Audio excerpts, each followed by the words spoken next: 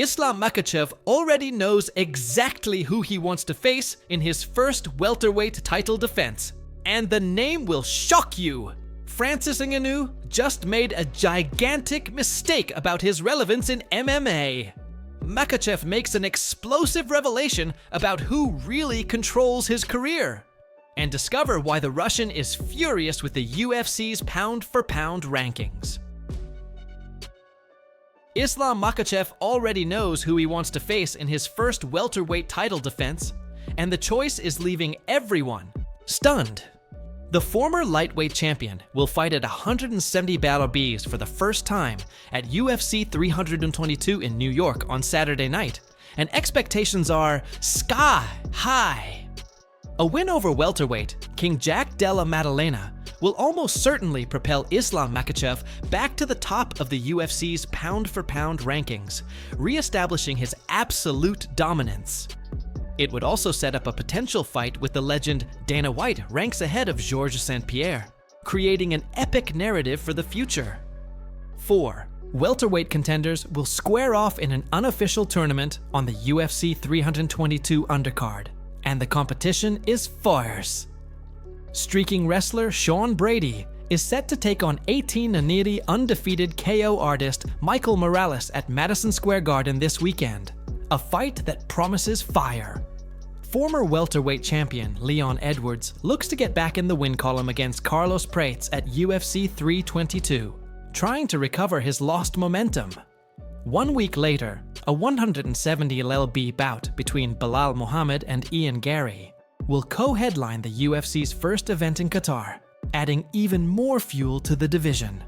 Islam Makhachev ignored all 3 of the upcoming welterweight bouts when he was recently asked who he would like to fight after beating Jack Della Maddalena, and the answer was surprising. After Jack, I think Kamaru Usman. He has the most title defenses at welterweight. Now he's in a good position. The UFC 322 headliner recently told Auden Ross, making it clear he wants to face one of the all-time greats. This statement is bombastic for several reasons. First, Makhachev is basically ignoring all the younger, rising contenders, choosing a legend of the sport. Second, it shows he wants to cement his legacy by beating the best of the best, no matter their age or career moment. Kamaru Usman appeared to be done at the top level after suffering 3 consecutive defeats, a decline that seemed irreversible. The Nigerian Nightmare was knocked out by Leon Edwards when they fought for the welterweight belt at UFC 278 in August 2022, in one of the most shocking knockouts in history. Since then, Usman has suffered majority decision defeats against Edwards and Khamzat Chimaev, making many believe his era was over. Usman got his career back on track with a dominant, unanimous decision victory over top contender Joaquin Buckley in June, showing he still has plenty to offer. The 38-year-old believes that should be enough to earn him a shot at the welterweight belt he famously defended 5 times, creating a dynasty. "Hopefully that's me," Usman said about the next opponent for whoever wins the UFC 322 main event, making his intentions clear. Deserve is not a word that I like to use a lot. I don't like that word. No one deserves anything. I think it's what you've earned, and if the company feels that I've earned that shot, I've showed them I am still that guy. Hopefully, beating Buckley is enough to show them that I'm ready to go back and sit on my rightful place, which is the top of the division, and go through these guys one by one again, Usman explained with unwavering confidence. This situation creates a perfect narrative. Makhachev versus Usman would be a fascinating stylistic clash. Makhachev's wrestling and grappling dominance against Usman's strength, athleticism, and defensive wrestling. Plus, it would be a legacy fight. The Russian, trying to prove he's the best pound-for-pound fighter in the world, while Usman tries to reclaim the glory that was once his. Usman's age adds the question, does he still have what it takes to compete with today's best? Or is Makhachev simply too young and strong for the veteran? The UFC has a gold mine on their hands if this fight gets made. Ignoring the younger contenders might be controversial, but the magnitude of this fight in terms of legacy and fan interest would be undeniable. Makhachev, knows exactly what he's doing by choosing Usman. He wants to beat a legend and silence any doubts about his greatness. Former UFC heavyweight champion Francis Ngannou has got it totally wrong regarding a potential fight against Jon Jones, and the mistake he made is embarrassing. When Francis Ngannou was reigning over the UFC heavyweight division, many fans thought he could be unbeatable and were excited for his reign as champion, imagining an ERA of dominance. Despite that, he opted to walk away from the promotion in 2023 in search of greener grass, and somehow he thought that would be in the PFL, where he has since only fought once. But his relationship with the PFL is seemingly becoming strained, and it is unclear how much longer he will be with them, creating a chaotic situation. So much so that he is even once again attempting to drum up interest in a fight against Jon Jones, but he's sounding desperate. When the Predator was the UFC heavyweight champion, Jones declared that he was making his move up to heavyweight, which immediately got fans excited for that potential clash. However, it never came to fruition because of Ngannou's exit, but he continues to deny it was his fault, refusing to accept responsibility. UFC boss Dana White says differently though, as he claims that Ngannou never really wanted a fight against Jones, completely contradicting the Cameroonian's narrative. And although it seemed as though talks regarding that fantasy fight had finally died down, they have been re-sparked by none other than Ngannou, who simply can't let it go. Recently, Bones accepted a fight call-out from UFC light heavyweight champion Alex Pereira, and that potential clash has been labeled as potentially the biggest fight in human history by Joe Rogan, generating massive hype. Ngannou doesn't think so though. The Predator believes the biggest fight of all time would be between him and Jones on the UFC White House event next year, but he is completely wrong. The 39-year-old has read the room completely wrong, and it's almost painful to watch. One of the most important aspects of combat sports is activity, and when a fighter who is at the tail end of his career has not been active and talks about making a comeback, it just doesn't hit like it did 3 years ago. Unfortunately for Ngannou, he is somewhat the forgotten heavyweight, and that's a harsh reality. Not only that, but the UFC fanbase has seemingly grown tired of Jones's retirement antics and don't actually seem too interested in seeing him return either, creating a double problem. A fight between Jones and Ngannou 3 years ago could have been hellacious, but the ship has sailed, and there's no bringing it back. There is a reason why Poatan is one of the biggest current stars in combat sports, and that is because he has been extremely active over the last few years, despite his age, staying relevant. For Ngannou, he is better off continuing to chase the bag by fighting in influencer boxing or against someone like Deontay Wilder, because as far as his MMA career is concerned, fans think it has been over ever since he left the UFC, and he is proving them right. The brutal truth is that Ngannou made a massive miscalculation. He left the UFC at the peak of his value, thinking he could recreate his success elsewhere, but found out that the UFC is the only place that matters in MMA. Now he's stuck in the PFL with no significant opponents. His MMA career is stagnant, and he's desperately trying to insert himself into conversations about fights the world actually wants to see. The Jones vs. Pereira fight has everything. Two of the greatest active fighters, both in relevant divisions, both with momentum. Jones vs. Ngannou in 2025. It's a fight between a retired man and another who's basically retired from MMA. Ngannou needs to accept reality. He made his choice when he left the UFC, and now he's paying the price in terms of relevance. The world moved on, and new stars emerged. His window closed, and no amount of self-promotion will change it back. It's a sad ending for what could have been an incredible legacy. Fans hoping to see Islam Makhachev make further inroads on octagon stardom with a super fight against Khamzat Chimaev are sure to be disappointed by this latest development. However, definitively ruling out a pursuit of gold at middleweight, Makhachev has effectively silenced rumors of a dream clash with Chechen superstar Khamzat Chimaev. And the reason he gave is surprising. A lightweight staple during his octagon tenure, Makhachev established himself as arguably the greatest talent to ever grace the division, embarking on an unbeaten run and championship reign that broke records. However, expected to have his hands full with welterweight options in his divisional climb, Makhachev has flat out ruled out a historic third championship assault at the middleweight limit. At 185 pounds, I'm gonna be fat, you know? It's gonna be hard, you know? It's not gonna be my weight. Honestly, I'm gonna be too big at middleweight, Makhachev told the Weighing In podcast, explaining his decision in an honest and straightforward manner. Faced with toppling Della Maddalena first and foremost, a stablemate of Makhachev has already hinted at his desire to challenge him for gold before hanging up his gloves in a retirement tour, creating a potentially awkward situation.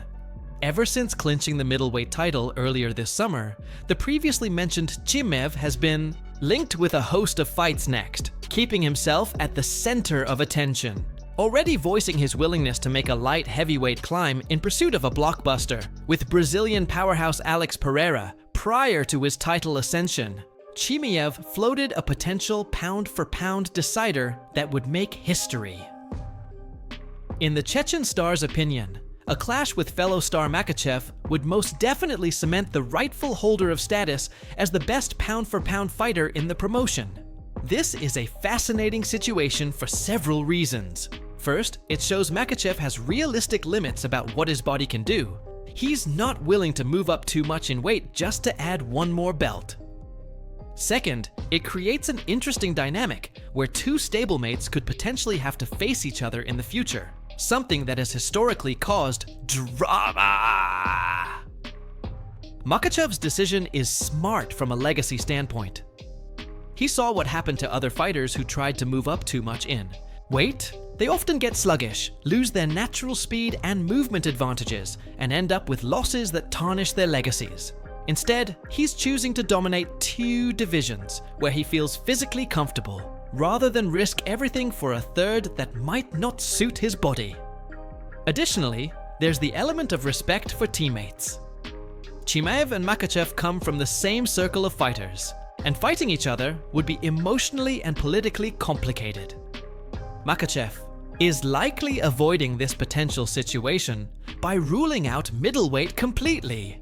It's a wise move that shows maturity and long-term thinking.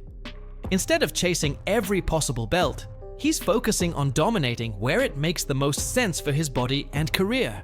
This might disappoint some fans who wanted to see Makhachev versus Chimaev, but it's the right decision for his legacy and long-term health. It's not always about making the most exciting fight. Sometimes it's about making the smartest choice. Islam. Makhachev has admitted the UFC pound-for-pound rankings still upset him deeply, and what he just revealed about who really controls his career will leave you shocked. The former lightweight champion previously sat atop the list that ranks UFC stars regardless of their weight, establishing himself as the best. However, Ilia Topuria became pound-for-pound number one by knocking out Charles Oliveira at UFC 317 in June, stealing Makhachev's position. Islam Makhachev will get the chance to re-establish himself as the best fighter in MMA when he takes on welterweight champion Jack Della Maddalena at UFC 322 on Saturday night, and the motivation is at maximum. Online streamer Adin Ross recently joined Islam Makhachev's camp for UFC 322 Fight Week, getting behind-the-scenes access. During their time together, the internet personality asked Khabib Nurmagomedov's teammate what he'd like to change about the UFC, and the answer was direct. I'll change the Yadawahoa's pound-for-pound rankings. Back to number one. This week we'll change, Makhachev said with absolute determination, making it clear that reclaiming that position is a maximum priority.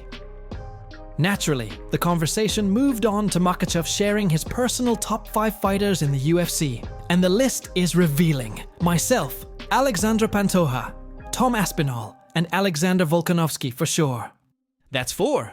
And Topuria, Makhachev listed, showing respect for the best while placing himself at the top. Islam Makhachev admits his career is in Khabib Nurmagomedov's hands ahead of UFC 320. And this revelation is absolutely fascinating. The 34-year-old says he'll retire from MMA as soon as he's told to do so by the 29-0 legend, showing deep loyalty and respect. Khabib is like my older brother. If he told me, for example, hey, you have to stop tomorrow, no more fighting, I would listen to him. He's the guy in our gym who takes care of us, who controls us, and always wishes us the best. He knows how to make the champions, not just in the gym. In my life, he did everything for me, Makhachev told Weighing In, revealing the depth of his relationship with Khabib. This admission is incredible for several reasons. First, it shows the level of respect and trust Makhachev has in Khabib. He's literally put the fate of his career in another person's hands. Second, it explains why Makhachev has been so successful. He has one of the greatest fighters of all time as his mentor and guide. The dynamic between Khabib and Makhachev is unique in the MMA world. It's not just a coach-fighter relationship, but an almost familial connection where Khabib acts as an older brother and protector. Khabib proved he knows when it's time for a fighter to retire. He himself retired at his peak, undefeated, leaving a perfect legacy. Now, Makhachev is essentially saying he trusts Khabib to make that same wise decision for him when the time comes. This is smart because it removes ego from the equation. Many fighters fight too long because they can't let go, but Makhachev is willing to listen when someone who cares about him says it's time to stop. As for the pound-for-pound rankings, the fact that Makhachev is still bothered by losing the #1 spot shows he has that competitive fire that separates the greats from the legends. He's not satisfied just being a champion.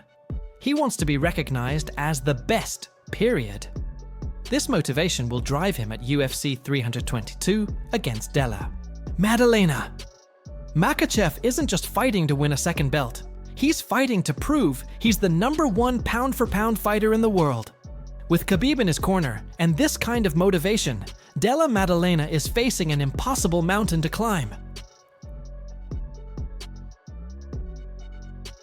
Ever since Francis Ngannou left the UFC, the heavyweight division has been somewhat plagued by bad luck, and what's happening now is almost impossible to believe. In 2023, after defending his heavyweight title against Cyril Gane, Francis Ngannou opted to leave the UFC in pursuit of higher pay elsewhere, creating a vacuum in the division. Since then, the heavyweight division has been somewhat plagued, and recently in the UFC 321 main event between champion Tom Aspinall and the aforementioned Gerne, the fight ended in disaster after Aspinall was poked in the eye, generating massive frustration. With that, former heavyweight champion Jon Jones teased Aspinall by accepting a recent call-out from light heavyweight champion Alex Pereira, which was received well by not only the fans, but the entire MMA community. After both Jones and Pereira talked about a potential fight against each other, it was labeled as potentially the biggest fight in human history by UFC icon Joe Rogan, who is chomping at the bit to see the fight happen. However, the Predator disagrees with Rogan's claim, and has stated that the biggest fight in the world can only take place if he is involved in it, showing a level of delusion that's hard to process. You know the answer. You don't need me for that. Should I answer? Do you really need me to answer? The biggest fight of all time can only happen with Jon Jones and Francis Ngannou. That's all I can say about that. No disrespect to other fighters. I respect all the fighters, regardless of if the fight is a main card or prelim fight, whatever or wherever, he said to TMZ Sports when asked what a bigger fight is between him versus Jones and Jones versus Pereira. I think great fights happen everywhere. I became a world champion in the Apex with no crowd, so as long as it's a fight, it's not about the place. But if you want to see the biggest fight of all time, you make it the biggest, Ngannou continued, trying desperately to keep himself relevant in the conversation. At this point, it is extremely unlikely that we ever get the fight between Jones and Ngannou, especially considering the Predator's bad relationship with Dana White and the promotion, which seems irreparable. Not only that, but it is unclear whether the former champion will even return to MMA after having competed twice in boxing, where his heart clearly seems to be. With him signed to the PFL, there is a severe lack of contenders for him to fight, which has unfortunately resulted in his career going stagnant. A sad ending for what should have been a golden era. Ngannou's situation is a cautionary tale for fighters, considering leaving the UFC. He thought the grass would be greener on the other side, but found out the UFC is where the action is, where the best fighters are, and where legacy is built. Now, he's stuck in a situation where he can't go back to the UFC even if he wanted to. Dana White made it clear that bridge was burned. And the PFL simply doesn't have the depth of talent to provide him with meaningful fights that would keep his name relevant. So he resorts to trying to insert himself into conversations about fights that don't involve him, like Jones versus Pereira, looking desperate and out of touch with reality. The brutal truth is that while Jones versus Ngannou would have been the biggest fight 3 years ago, that moment passed. Jones is talking about retirement and only wants legacy fights. Pereira is the hottest star in MMA right now, knocking out champions and moving through divisions. That's the fight the world wants to see now. Ngannou versus Jones in 2025 would be two guys at the end of their careers, both without real momentum, trying to relive past glory. Compare that to Jones versus Pereira, two men who are still active, still relevant, still creating buzz. It's obvious which fight is bigger in the current moment. Ngannou needs to accept that he made his choices, and those choices led him out of the conversation about the biggest fights. He may have financial success from boxing, but in terms of MMA legacy, his decision to leave the UFC looks more and more like a massive mistake. The heavyweight division moved on without him. New stars emerged, and he's on the outside looking in, desperately trying to stay relevant in conversations where he simply doesn't fit anymore. It's a sad ending, but it's the reality he created for himself.